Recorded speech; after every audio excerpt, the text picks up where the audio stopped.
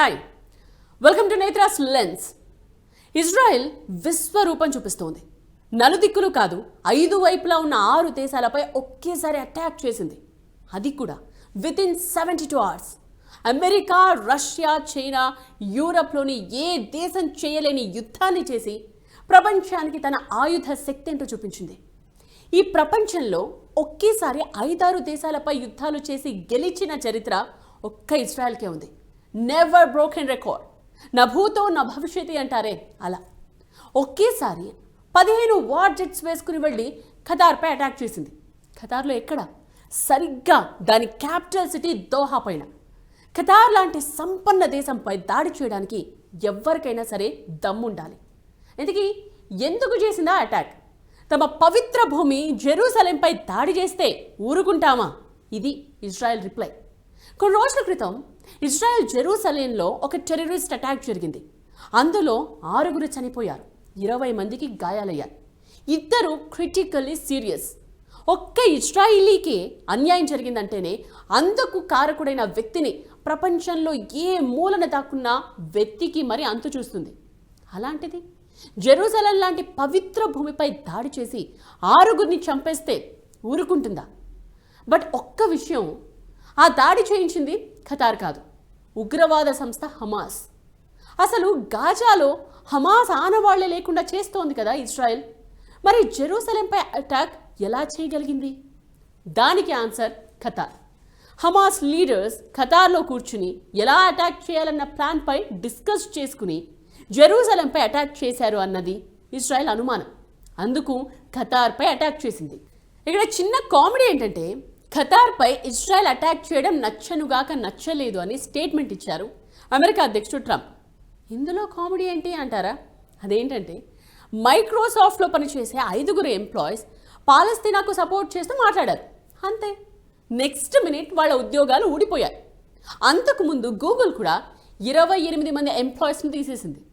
Reason పాలస్తీనాకు support చేయడమే. పాలస్తీనాకు support చేయడం అంటే ఇజ్రాయెల్ను వ్యతిరేకించడమే. అలాంటి వాళ్లను ఏమాత్రం స్పేర్ చేయవో American companies. Within minutes termination letter ఆ ఎంప్లాయీస్ టేబుల్ మీద ఉంటుంది. అలాంటిది ఖతార్పై అటాక్ను ఖండిస్తూ ట్రంప్ ఒక స్టేట్మెంట్ ఇచ్చాడంటే కామెడీ కాక మరేంటి? ఏదో పైకి నేను తీవ్రంగా ఖండిస్తున్నానని ట్రంప్ అంటాడే కానీ బిహైండ్ ద సీన్ ఎంత అమెరికా అధ్యక్షుడైనా ఇజ్రాయెల్కు లొంగాల్సిందే. That's the reality. ఎంతవరకు నిజమో కానీ ఒక మిస్సైల్ సౌదీ అరేబియాలోని మదీనాపై పడింది. ఆ వీడియోలో క్లియర్గా కనిపించింది కూడా.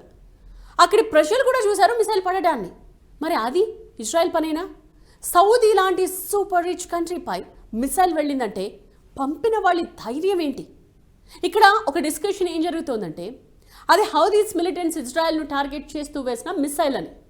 బట్ దారి తప్పి అది సౌదీ ఎయిర్ స్పేస్లోకి వెళ్ళింది. కానీ హౌదీస్ చెప్పేది ఏంటంటే అది ఇజ్రాయెల్ వేసిన మిసైలే, కావాలనే తమను బూచిగా చూపిస్తున్నారు అని అంటోంది. మొన్నటికి మొన్న ట్యునీషియా నుండి ఒక ఓడ గాజా వైపు ప్రయాణించింది. కన్ఫామ్గా గాజా వైపే వెళుతోందన్న క్లారిటీ కూడా లేదు, జస్ట్ అనుమానం మాత్రమే. అంతే. గాజా వైపు ట్యునీషియా ఓడ రావడమా అని బాంబులతో విరుచుకుపడింది ఇజ్రాయెల్. ఇక లెబనాన్పై ఇజ్రాయెల్ చేసిన దాడిలో 5 చనిపోయారు. అటు సిరియాన్ సైతం విడిచిపెట్టడం లేదు, కంటిన్యూస్గా అటాక్ చేస్తూనే ఉంది. ఒక విధంగా అరబ్ దేశాలపై వరుసగా చేస్తున్న ఈ దాడులు చూసి అరబ్ యూనియన్లోని కొన్ని దేశాలు ఉలిక్కిపడ్డాయి. ఇజ్రాయెల్ విశ్వరూపం చూసిన ఆ అరబ్ దేశాలు ఇమ్మీడియట్గా ఒక మీటింగ్ పెట్టుకున్నాయి, ఇజ్రాయెల్ దూకుడును ఎలాగైనా ఆపాలని. వాళ్ళు ఏం మాట్లాడుకున్నారో కానీ ఎటువంటి డెసిషన్ బయటకు రాలేదు. ఇక గాజా గురించి, వచ్చే క్రిస్మస్ నాటికి ఏదో ఒక ముగింపు తీసుకురావాలనుకుంటోంది ఇజ్రాయెల్. ఇప్పటికే వరుసగా 2 క్రిస్మస్లను బాధపడుతూనే జరుపుకుంది. ఎందుకంటే హమాస్ దగ్గర ఇప్పటికీ కొందరు ఇజ్రాయెలీలు ఉన్నారు. ఇక తాడో పేడో తేల్చుకోవాలనుకున్న ఇజ్రాయెల్ నేరుగా యుద్ధ ట్యాంకులతో రంగంలోకి దిగింది. హమాస్ ఉగ్రవాదులను ఏరి పారేస్తోంది. గాజాను హమాస్ భయమే లేని, ఆ మాటే వినిపించని ప్రాంతంగా మార్చబోతోంది. దానికి టార్గెట్ ఈ క్రిస్మస్. ఆల్రెడీ దొరికిన దేశానికి వెళ్ళిపోండని గాజా ప్రజలు చెప్పేసింది ఇజ్రాయెల్. ఆ వార్నింగ్కు భయపడిన గాజా ప్రజలు ఆ ప్రాంతం విడిచి వెళ్ళిపోతున్నారు.